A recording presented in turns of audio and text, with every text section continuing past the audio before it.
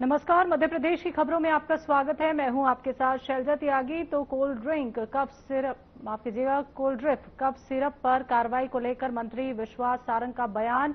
तो मुख्यमंत्री डॉक्टर मोहन यादव के निर्देश पर कोल्ड ड्रिप सिरप को प्रदेश में बैन किया गया है। साथ ही उन्होंने कहा कि जांच के बाद तुरंत कार्रवाई की गई। किसी भी प्रकार की दवाइयां जो मरीज पर विपरीत असर दिखाती है उन्हें मध्य प्रदेश में विक्रय की अनुमति नहीं मिलेगी और साथ ही मामले में दोषियों के खिलाफ सख्त कार्रवाई के निर्देश दिए गए हैं। तो कोल्ड ड्रिप कप सिरप से डर का माहौल है, इसी को लेके इसको बैन कर दिया है। डॉक्टर मोहन यादव जी के निर्देश पर कोल्ड ड्रिप जो सिरप है उसको पूरे प्रदेश में बैन किया गया है। जांच के बाद तुरंत कार्रवाई की गई है।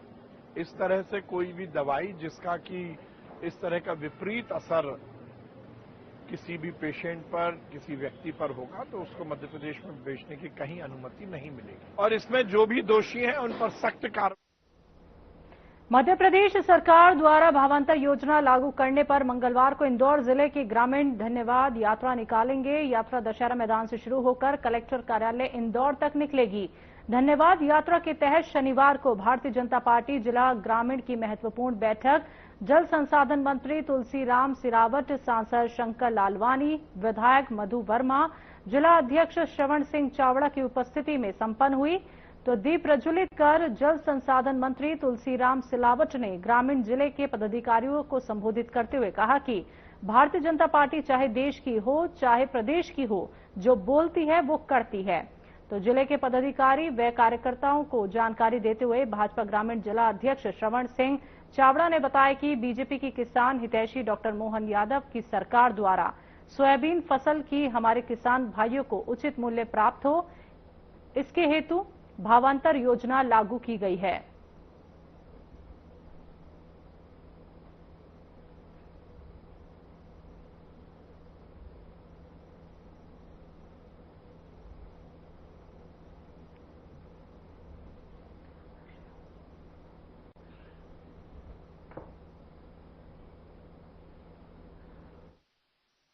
भावांतर योजना के तहत यहां किसानों को लाभ मिलेगा। तो बीजेपी ग्रामीण की बैठक संपन्न हुई जिसमें ये तमाम बातें कही गई। तो भावांतर योजना पर धन्यवाद यात्रा का आयोजन था और किसानों को लेकर यहां महत्वपूर्ण बातें कही गई। आजादी के कई दशक बीत जाने के बाद भी सिंधी जिले की मछौली जनपद की खजूरिया पंचायत की ग्रामीण सड़क जैसी बुनियादी सुविधा से वंचित हैं। गांव में सड़क का अभाव गर्भवती महिलाओं और बच्चों के लिए बड़ी समस्या बन चुका है। गर्भवती महिलाओं को समय पर एम्बुलेंस नहीं मिल पाती, जिससे प्रसव के दौरान उन्हें कठिनाइयों का सामना करना पड़ता है। वहीं बच्चों को विद्यालय जाने में कीचड़ और गड्ढों से होकर गुजरना पड़ता है, जिससे उनकी पढ़ाई प्रभावित हो रही है। वहीं ग्रामीणों का कहना है कि वो कई बार ग्राम सभा में सड़क निर्माण की मांग उठा चुके हैं, लेकिन अब तक कोई ठोस कदम नहीं उठाया गया। तो मीडिया से बात करते हुए पंचायत सचिव रमेश केवट ने इस समस्या को स्वीकार किया और कहा कि सड़क निर्माण के लिए प्रयास जारी है। वहीं सरपंच ममता साकेत से संपर्क नहीं हो पाया और ग्रामीणों ने चिंता व्यक्त की और कहा कि यदि गर्भवती महिलाओं के साथ कोई हादसा हो जाता है तो इस स्थिति के लिए जिम्मेदार कौन होगा। तो ये सीधी की आपको हालात बता रहे हैं जहां सड़क ना होने से ग्रामीणों को खासी परेशानियों का सामना करना पड़ रहा है, खासकर गर्भवती महिलाओं और बच्चों को। तो पंचायत सचिव ने भी ये स्वीकारा है कि इस तरह की समस्या है। जल्दी ही यहां पे सड़क निर्माण कार्य शुरू किया जाएगा। राजधानी भोपाल की अरेरा कॉलोनी के आवासीय भूखंड पर चल रही सोम ग्रुप की अवैध शराब दुकान को लेकर कांग्रेस प्रवक्ता विवेक त्रिपाठी ने प्रदेश सरकार और जिला प्रशासन पर गंभीर आरोप लगाए हैं। उन्होंने कहा कि रहवासियों ने बार बार शिकायतों के बावजूद कोई ठोस कार्यवाही नहीं हुई। आखिरकार निराश होकर रहवासियों को राष्ट्रीय मानवाधिकार आयोग तक जाना पड़ा, जिससे प्रशासन को नोटिस देकर फटकार लगाई। लेकिन आज भी शराब माफिया सोम ग्रुप का दबदबा कायम है और प्रशासन उनकी जेब में रहकर काम कर रहा है। तो अवैध शराब के ठेके पर यह विवाद है पूरा। कांग्रेस का प्रशासन पर गंभीर आरोप है और मानवाधिकार आयोग ने फटकार भी लगाई है।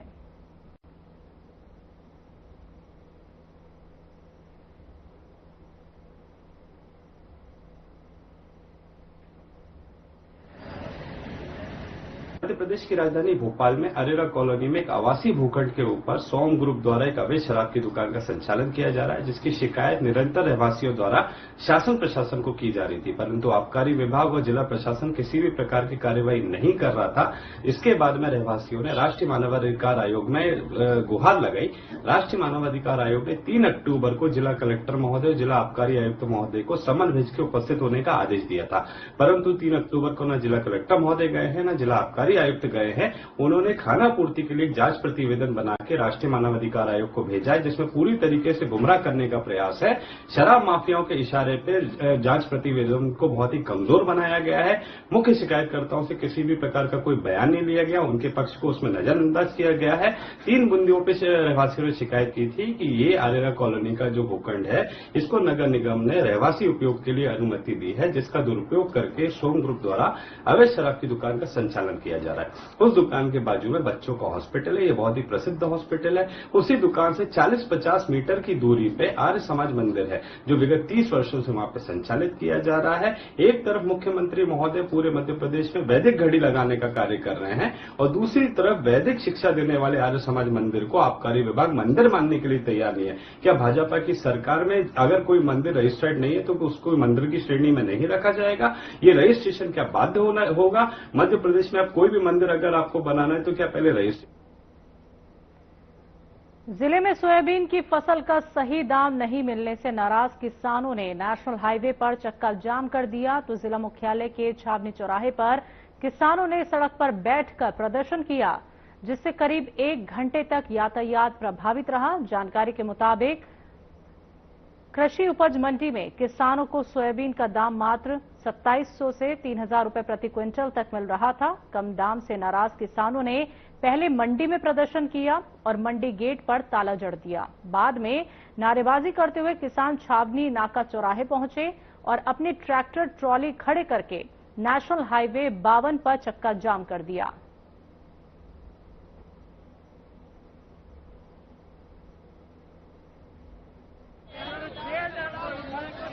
जाम क्यों लगा रखा आज आपने? मंडी के लिए कारण व्यापारी के लिए कारण भाव अंतर के लिए भाव मतलब 4 दिन पहले 4400-4500 हो गया था, आज 3200 3000। भाव कम होने की वजह से चक्का जाम लगा।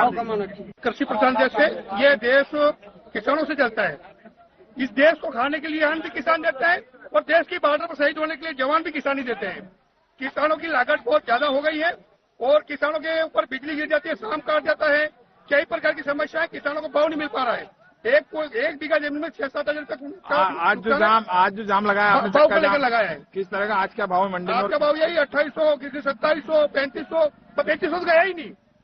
इसीलिए और किसी किसान की ट्राली खाली करवा ली, बाद बाकी वो व्यापारी ने ली भी नहीं, वो भी 2800 बढ़ा। इसी को लेकर के तो सभी किसान यहाँ पर आ गए। कब तक जाम रखेंगे आप? ये सर किसानों के सभी लोगों के सहयोग के ऊपर सरकार दावा करेगी बचे हुए रकम भावांतर में दी जाएगी। भावांतर क्या यही देते ना मंडी में, इधर से कहा। झाड़बीड़ा से रहटगांव जाने वाले 7 किलोमीटर मार्ग की पूरी तरह जर्जर स्थिति के चलते ग्रामीणों ने सड़क निर्माण की मांग को लेकर धरना शुरू कर दिया है। इस मांग पर आए दिन सड़क हादसे होते रहते हैं और ट्रैक्टर ट्रॉली जैसे भारी वाहन भी मुश्किल से निकल पा रहे हैं। गड्ढों से भरी सड़क पर वाहन अक्सर फंस रहे हैं, जबकि स्कूल जाने वाले बच्चे भी दुर्घटनाओं का शिकार हो रहे हैं। तो वहीं ग्रामीणों का कहना है कि प्रधानमंत्री सड़क योजना के तहत मेंटेनेंस का टेंडर हो चुका है, फिर भी निर्माण कार्य शुरू नहीं हुआ। साथ ही झाड़बीड़ा से जिनवानी तक 3 किलोमीटर मार्ग का निर्माण पीडब्ल्यूडी विभाग द्वारा किया जा रहा है, लेकिन डंपरों के चलते ये सड़क और भी अधिक क्षतिग्रस्त हो गई है।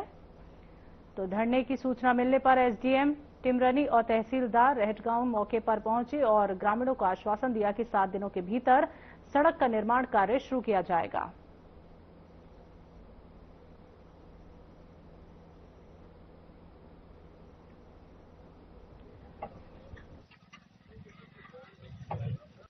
मैं पवन कुमार गौर और भारतीय किसान संघ जिला कार्यकारिणी सदस्य के नाते प्रशासन का काम कर रहा हूँ, लेकिन आज ग्रामवासियों के आह्वान पर एक सड़क के विषय को लेकर हमने यहाँ पर धरना आंदोलन दिया। समस्त ग्रामवासियों और ग्रामवासियों के नहीं, पूरे क्षेत्रवासियों की समस्या है। लगभग 25 गांवों की समस्या टेमागांव क्षेत्र के, जिसमें प्रमुखता से है आज एक ग्राम झाईविड़ा से रेडगांव को जोड़ने वाली 7 किलोमीटर की सड़क थी, जिसमें भारी वाहनों के आवागमन से यह रोड पूरे गड्ढों में तब्दील हो गया है और उसमें बच्चों का, छात्रों का, किसानों का, व्यापारियों का आवागमन बिल्कुल भी दूभर हो गया है। तो उस विषय को लेकर और यहाँ पर आए दिन घटना हो रही है। इसमें 3-4 लोगों को टाँके तक लग गए हैं, उनको चेहरे पे चोट आई है। पूरी सड़क ही तो खराब हो गई, उसमें रात दिन यही समस्या हो रही है। रोज ही रात में गाड़ी स्लिप हो रही, कोई ना कोई रोज गिर रहा है। आपके साथ बस फंस रही है। आपके साथ भी हादसा हुआ? हमारे साथ भी रात को यही हादसा हो गया। अभी क्या मांग रखी थी अधिकारियों से? सड़क सुधराने की विशेष। क्या बोला? करने आवेदन तो देगा है कि हो जाता 7 दिन के अंदर हो जाएगा। ग्रामीणों के द्वारा धरना प्रदर्शन ये झाड़विड़ा में दिया जा रहा था। ये झाड़विड़ा से रहड़गांव तक, नजरपुरा तक की ये जो रोड है, इसमें एक रोड बनाई जा रही है पीडब्ल्यूडी के द्वारा आगे। तो उसमें जो मटेरियल लग रहा है वो पूरा इसी रोड पे से जा रहा है, तो ये रोड क्षतिग्रस्त हो गई है। तो इस संबंध में ग्रामीणों के द्वारा धरना दिया जा रहा था कि रोड काफी क्षतिग्रस्त हो गई है, उनके वाहन फंस रहे हैं। इसको लेके इन लोगों के द्वारा धरना दिया जा रहा था। और भी 2-3 मांगे थी, जैसे एक शमशान की रास्ते के लिए मांग थी और एक कोई जिनवानी की रोड बन रही जिसमें गुणवत्ता विहीन बता रहे थे ये लोग। तो उसके लिए मैंने जांच के लिए निर्देश दे दिए हैं तहसीलदार को और इसके लिए पीडब्ल्यूडी और पीएमजीएसवाई दोनों से बात की गई है।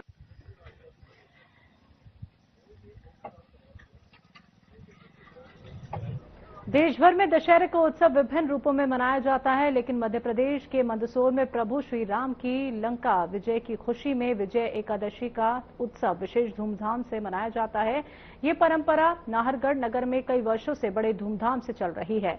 इस अवसर पर नगर में रंग बिरंगी झांकियों का कारवां निकलता है, जिसमें ढोल, डीजे, ताशे और अखाड़ों का प्रदर्शन लोगों का ध्यान आकर्षित करता है। नगर के समाज सेवी ओमगिरी गोस्वामी, जो पिछले 15 वर्षों से झांकी समितियों को प्रोत्साहन राशि देकर इस परंपरा की निरंतर जीवित रखने में मदद कर रहे हैं, इस उत्सव में विशेष योगदान दिया।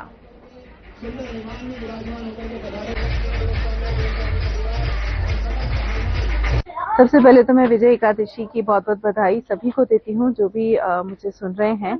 काफी हर्ष का विषय है कि विजय एकादशी के दिन नाहरगढ़ में झांकियां यहाँ पे निकलती हैं। जैसे आप सभी को विदित है, विजय एकादशी हम इसलिए मनाते हैं क्योंकि प्रभु श्री राम ने बुराई का अंत किया था, रावण का वध किया था और सीता जी को ससम्मान वो लेके आए थे।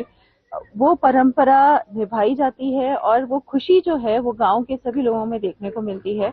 आज के दिन नाहरगढ़ गांव में हर गली में झांकियां निकलती हैं, युवा इसमें बढ़ चढ़ कर भाग लेते हैं और पूरा गांव यहाँ पे जागता है। अलग ही माहौल यहाँ पे रहता है। वासुदेव जी की भी झांकियां यहाँ पे निकलती हैं, अखाड़े भी यहाँ पे निकलते हैं। कई पौराणिक कथाएं हैं जिनका वर्णन इन झांकियों के माध्यम से मिलता है और बच्चे पूरी रात जागते हैं, चाहे बड़े हों चाहे बूढ़े हों, सब जागते हैं और इस हर्ष का आनंद लेते हैं, इस संस्कृति का आनंद लेते हैं, इस परंपरा का आनंद लेते हैं।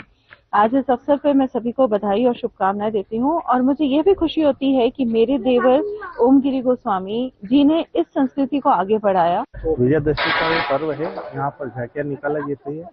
कई सालों से हमारे यहाँ एक परंपरा चली आ रही थी जो धीरे धीरे विलुप्त हो रही थी। फिर हम नाहरगढ़ के युवा साथियों ने इसका जिम्मा उठाया और इस परंपरा को जीवित रखने में पूरा नाहरगढ़ नगर सहयोग करता है और जगह जगह खीर प्रसादी का आयोजन होता है। नाहरगढ़ के युवा, आसपास के गांव के सभी युवा साथी इसमें बढ़ चढ़ कर हिस्सा लेते हैं।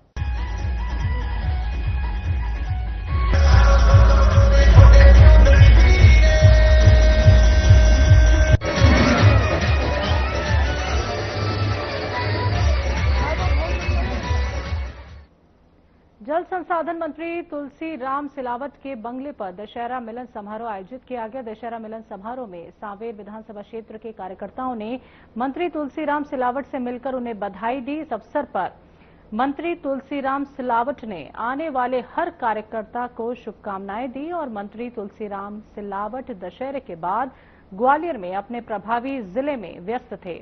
उनके इंदौर आने पर कार्यकर्ताओं ने शनिवार को उनके बंगले पर पहुंचकर उन्हें बधाई दी।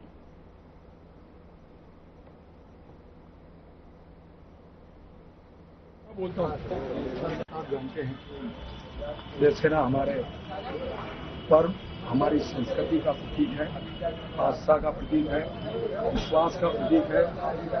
दशहरा वो कटुता समाप्त करता है। हम किसी के घर में चले जाए, वर्षों से बात नहीं हो रही, बात प्रारंभ हो जाती है और विजयदशमी के रूप में हम पूरे राष्ट्र में मनाते हैं। ये इस बात का प्रतीक है जो हमारे दिल और दिमाग में एक स्वार्थी रावण बैठा है, सबसे पहले उसको माना। और ये तभी संभव है जितने लोग बैठे हैं देश के विदेश के हमारे एक सकारात्मक सोचे, देश के प्रधानमंत्री का संकल्प विकसित भारत का। केवलारी नगर के मंडला नाका में हर साल की तरह इस वर्ष भी माता विसर्जन के उपलक्ष्य में विशाल भंडारे का आयोजन किया गया। केवलारी नगर के साथ साथ आसपास के क्षेत्रों के पंडालों में विराजी माता दुर्गा और मां काली, मां बैनगंगा में विसर्जन के लिए आती हैं, जिसमें हजारों की संख्या में पुरुष और महिलाएं नाचते हुए मंडला नाका पहुंचते हैं। इसके बाद विसर्जन में आए हजारों श्रद्धालु जन मंडला नाका में आयोजित इस विशाल भंडारे में प्रसाद का लाभ उठाते हैं। सभी लोगों ने समिति के इस सराहनीय कार्य को दिल से सराहा और समिति का आभार व्यक्त किया।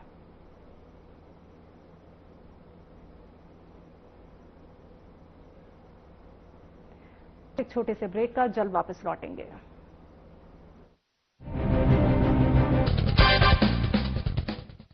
नमस्कार दोस्तों, एक बार एक सज्जन ट्रेन में अपने 25 वर्ष के बेटे के साथ सफर कर रहे थे।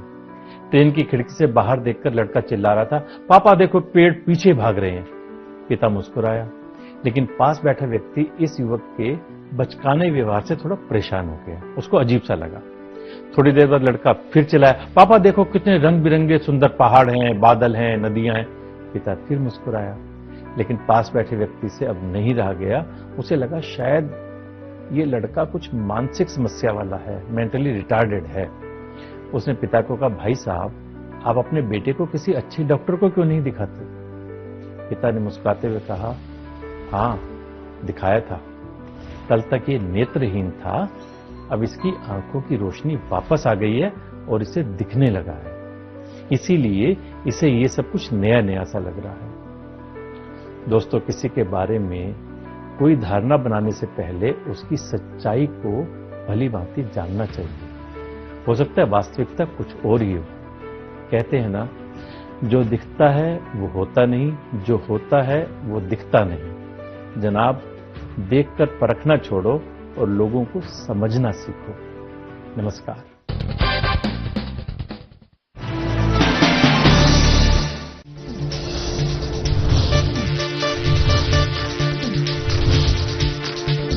साधना इंस्टीट्यूट के छात्र हर साल नए नए जगहों पर, नए नए संस्थानों पर काम करने के लिए जाते हैं, उन्हें प्लेसमेंट मिलता है और साथ ही साथ वो संस्थानों का और साधना इंस्टीट्यूट का नाम भी रोशन करते हैं। तो अगर आप इलेक्ट्रॉनिक मीडिया, मास कम्युनिकेशन में अपना करियर बनाना चाहते हैं तो साधना इंस्टीट्यूट आपके लिए एक सबसे बढ़िया विकल्प है।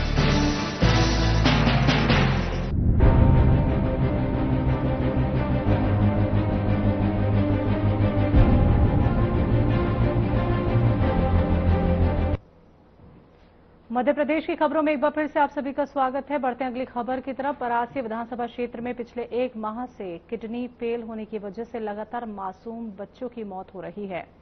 जानकारी के अनुसार कफ सिरप के सेवन को इसके लिए जिम्मेदार बताया जा रहा है, लेकिन स्वास्थ्य विभाग द्वारा की जा रही जांच रिपोर्ट अभी तक नहीं आई है। आज फिर बड़कुई निवासी एक मासूम की मौत हो गई, जिसके बाद मामले को लेकर राजनीतिक हलकों में भी हलचल मच गई है। वहीं बीजेपी के पूर्व विधायक ताराचंद बावरिया ने इस मुद्दे पर एक प्रेस कॉन्फ्रेंस आयोजित की। उन्होंने आरोप लगाया था कि स्वास्थ्य विभाग की जांच प्रक्रिया बेहद धीमी है और इस गंभीर मुद्दे पर कोई ठोस कदम नहीं उठाए जा रहे। तो बावरिया ने मृतक बच्चे के परिवार को मुआवजा देने की मांग की और साथ ही कहा कि सभी मृतकों की पोस्टमार्टम रिपोर्ट जल्द से जल्द प्रकाशित की जानी चाहिए, ताकि ये साफ हो सके कि इन बच्चों की किडनी फेल होने से मौत का कारण क्या है।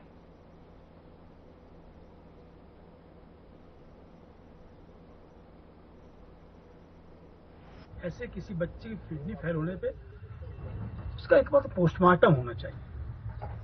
ये इसलिए आवश्यक है अब बच्चे की मौत तो हो गई, लेकिन पोस्टमार्टम बाकी चीज में सामने आना चाहिए। क्या हमारे क्षेत्र में और भी कोई कारण है जिससे कारण मौतें बच्चों की हो रही है, और बच्चों की अकेले क्यों हो रही? तो ये विषय मैंने खुला रखा है, इसको अन्यथा समाज के लोग ना लें कि मैं ऐसा क्यों कह रहा हूं। लेकिन ये जनचर्चा आ रही कि बाबरी जी आप इस बात को रखिए, किसी एक बच्चे का पोस्टमार्टम होना चाहिए। अभी तक शासन ने किसी भी बच्चे का पोस्टमार्टम नहीं कराया। तो एक आध बच्चे का पोस्टमार्टम, भगवान ना करे किसी की डेथ हो, लेकिन अगर किडनी इसी घटना से होती है तो अब ये पोस्टमार्टम का विषय बनना चाहिए कि पोस्टमार्टम पूरी बात जांच में आना चाहिए कि मौतें क्यों हुई। दूसरा विषय, मैंने माननीय स्वास्थ्य मंत्री से फोन पर दूरभाष से निवेदन किया है कि ये जो बच्चों की मध्य प्रदेश में सीएम डॉक्टर मोहन यादव द्वारा शुरू की गई भावांतर योजना को लेकर इंदौर जिला बीजेपी कार्यालय में एक महत्वपूर्ण बैठक आयोजित की गई। बैठक में जिले के सभी जनप्रतिनिधि, मंडल अध्यक्ष, जिला पदाधिकारी और कार्यकर्ता शामिल हुए। किसानों को सोयाबीन खरीदी के पंजीयन में किसी भी प्रकार की दिक्कत न आए, इसे लेकर बीजेपी ने विरोध रणनीति बनाई है। तो बीजेपी जिला कार्यालय में हुई बैठक में ये तय किया गया कि जिले के 48 पंजीयन केंद्रों पर बीजेपी के प्रमुख कार्यकर्ता मौजूद रहेंगे ताकि किसान भाइयों को किसी भी प्रकार की परेशानी न हो। पार्टी ने ये भी घोषणा की है कि जिला बीजेपी कार्यालय में एक कंट्रोल रूम बनाया जाएगा जहां से किसानों की शिकायतों का तुरंत समाधान किया जाएगा।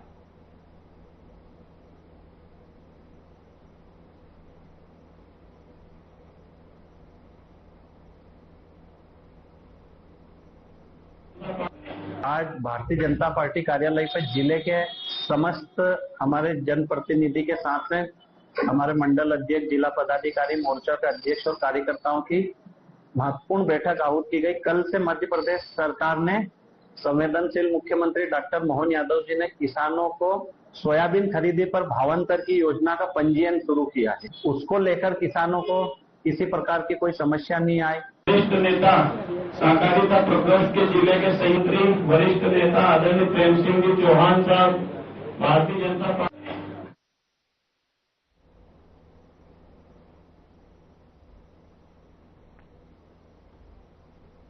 पचौर तहसील के अंतर्गत आने वाले ग्राम पंचायत छापरा में शनिवार को एक दर्दनाक हादसा हो गया। गांव के तालाब में नहाने गए 2 मासूम बच्चों की डूबने से मौत हो गई। मृतकों की पहचान प्रियांश, पिता जितेंद्र मालविया, उम्र 15 वर्ष, निवासी छापरा थाना पचौर, और रुपेश, पिता रमेश कुमार, उम्र 14 वर्ष, निवासी रसूलपुरा थाना खुजनेर के रूप में हुई है। दोनों बच्चे दोपहर के समय अपने साथियों के साथ तालाब में नहाने गए थे, तभी अचानक पानी में डूबने से ये हादसा हो गया। सूचना मिलने पर ग्रामीणों और पचौर थाना प्रभारी शकुंतला बामनिया, तहसीलदार, पुलिस मौके पर पहुंचकर मामले को संज्ञान में लिया और ग्रामीणों की मदद से दोनों बच्चों को बाहर निकाला गया, लेकिन तब तक बहुत देर हो चुकी थी। पूरे गांव में इस दर्दनाक घटना से शोक की लहर है। परिवारों का रो रो कर बुरा हाल है। वहीं गांव में मातम का माहौल छाया हुआ है। तो स्थानीय प्रशासन ने मामले में आवश्यक कार्यवाही शुरू कर दी है।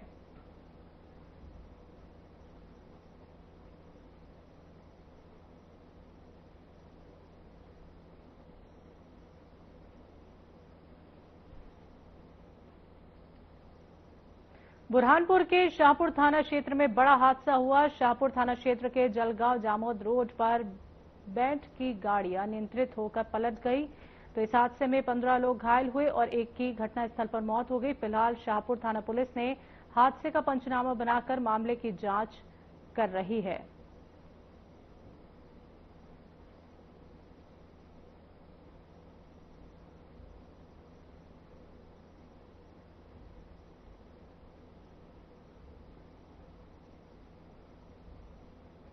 इंदौर उज्जैन हाईवे पर सोमवार सुबह एक बड़ा हादसा होते होते टल गया। सर्व विकास पब्लिक स्कूल धर्मपुर की एक स्कूल बस में अचानक आग लग गई। जानकारी के अनुसार बस में बच्चे और स्टाफ मौजूद थे, लेकिन चालक की सूझबूझ और तुरंत कार्रवाई से सभी को सुरक्षित बाहर निकाल लिया गया। आग लगते ही हाईवे पर अफरा तफरी का माहौल बन गया और आसपास मौजूद लोगों ने भी बचाव कार्य में मदद की। सूचना मिलते ही फायर ब्रिगेड की टीम मौके पर पहुंची और आग पर काबू पाया गया। राहत की बात यह रही कि इस घटना में किसी भी तरह की जानहानि नहीं हुई। तो फिलहाल बस में आग लगने के कारणों की जांच की जा रही है। पुलिस ने पूरे मामले की जानकारी जुटानी शुरू कर दी है और हादसे के बाद बच्चों और परिजनों में भय का माहौल देखा गया। हालांकि सभी सुरक्षित होने की खबर ने राहत दी है।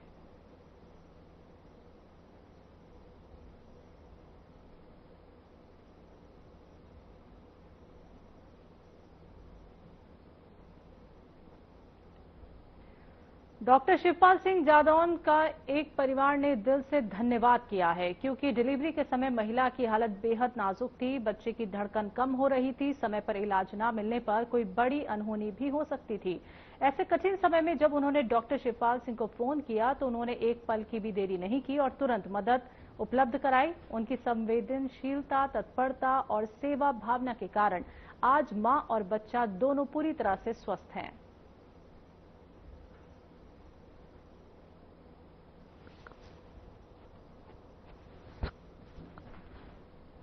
मध्य प्रदेश की खबरों में अभी के लिए इतना ही। मुझे दीजिए इजाजत। क्या रंग